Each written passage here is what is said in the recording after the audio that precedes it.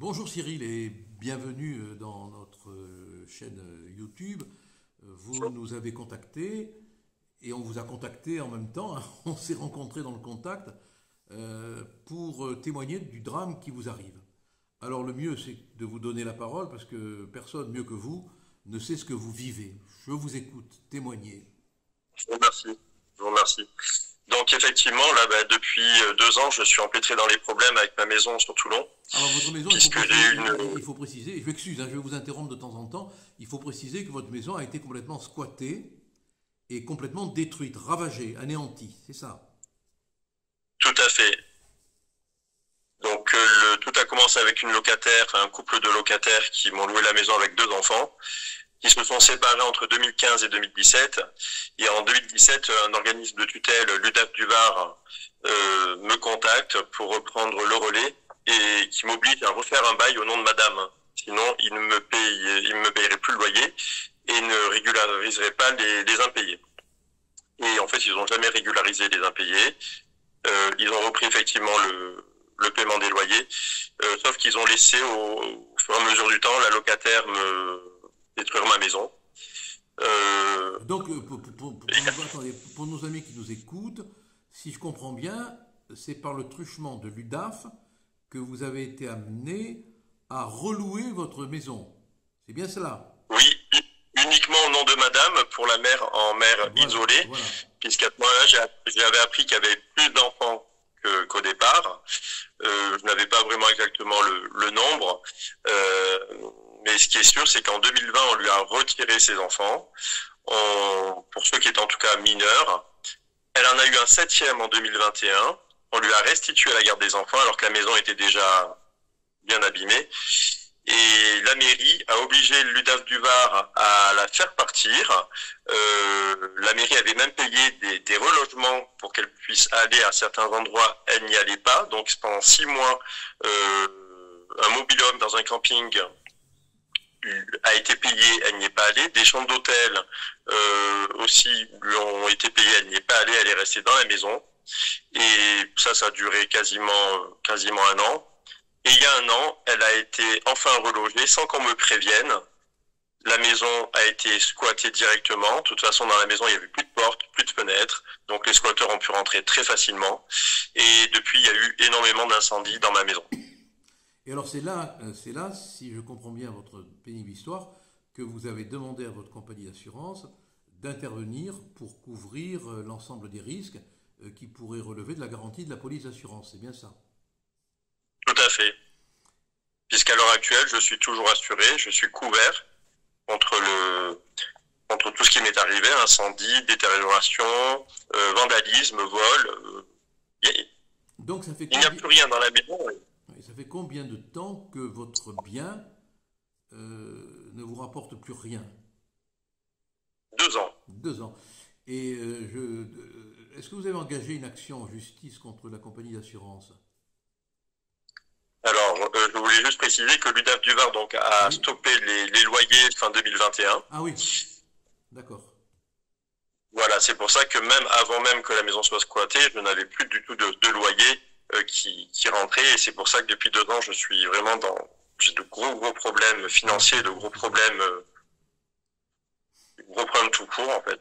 Et effectivement, avec ma protection juridique que j'ai aussi j'ai voulu faire confiance à ma compagnie d'assurance. Donc, attendez, si je comprends bien, pour plaider contre votre compagnie d'assurance, vous avez fait appel à l'avocat de la compagnie d'assurance.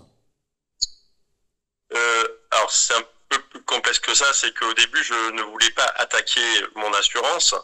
Mon assurance m'a fait comprendre qu'ils allaient attaquer l'assurance de la locataire. D'accord. Si vous me permettez de dire le nom, vu que j'ai dit le nom de mon assurance, si vous me le permettez. Ben non, moi je vous permets rien, hein. Non, non, non. Non, non, dites Madame X. Bon, c'est une assurance adverse. Et en fait, il fallait aussi que j'attaque l'UDAF du Var. Donc, j'ai fait confiance à l'avocat qui a mandaté avec ma protection juridique. Sauf que le cabinet d'avocats entre mai 2022 et mai 2023 n'ont rien fait, n'ont jamais voulu assigner ni l'assurance adverse, ni l'UDAF du Var. Et au dernier moment, j'ai même demandé, dans ce cas-là, d'assigner mon assurance. Ils n'ont pas voulu. Donc j'ai coupé court avec ce cabinet d'avocats. Je suis resté plusieurs mois sans avocat. J'ai un peu bataillé pour trouver un cabinet. Et depuis un mois, le cabinet Fradé à Toulon, dont de leur associé Maître Lucioni, Lola, me représente. Et c'est donc pour protester contre cette situation que vous êtes allé occuper l'espace qui se trouve sur la voie publique devant le local de votre compagnie d'assurance. Tout à fait. Donc, à savoir que j'en suis pas à ma première fois. Donc là, actuellement, depuis 3 semaines, hormis aujourd'hui vu que c'est le week-end et que l'agence est fermée depuis midi, je suis venu me reposer chez la maman d'un ami d'enfance qui habite à proximité de ma maison. Et puisque ma maison est inhabitable et toujours squattée de toute façon. Donc depuis 3 semaines, je suis devant l'agence. Les employés ne me parlent pas, ne m'adressent pas la parole. Je pense que c'est le siège qui a fait venir un agent de sécurité devant l'agence. Je n'essaie pas de rentrer de toute façon en contact avec eux puisque ils savent que je suis là, donc c'est pas à moi de faire de toute façon le premier pas, surtout vu la façon dont on me traite. Mais Ils savent que je suis là de toute façon. pourquoi vous faites l'objet d'une poursuite judiciaire? Alors, c'est suite au mois de mai, je me suis installé devant le siège à Levallois-Perret. Oui. Je suis resté une dizaine de jours et au bout d'une dizaine de jours, j'ai été délogé par la police. Et suite à mon installation, a déposé plainte pour mise en danger de leur personnel. Et vous êtes renvoyé devant le tribunal pour ça? Oui, le 21 novembre au tribunal de Nanterre. C'est ça. Alors vous êtes renvoyé pour quel motif? Pour mise en danger du personnel de... Alors écoutez, on va suivre. Hein. En attendant, votre maison est foutue, quoi. Elle est délabrée, elle est ravagée, quoi.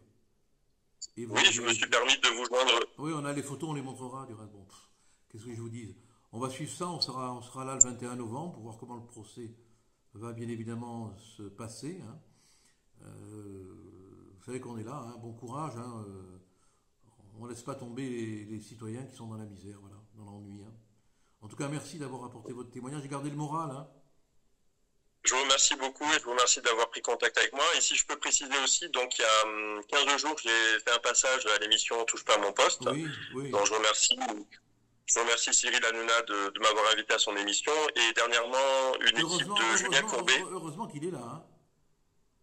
Oui. Parce qu'il donne mais heureusement qu'il y a des gens qu'on n'entendrait pas, sinon c'est vrai. Oui, mais heureusement qu'il y a des gens comme lui, comme vous. Et je vous en remercie. Et une équipe de Julien Courbet m'a aussi contacté cette semaine. Écoutez, si on peut vous entendre, peut-être que c'est le commencement de l'absence de surdité pour cette compagnie d'assurance. Je l'espère en tout cas. Allez, je vous en supplie, gardez le moral, hein, d'accord? Je vous remercie beaucoup. Pas de violence, pas d'agressivité. L'action civique, d'accord? D'accord. Allez, gardez le moral, on est là.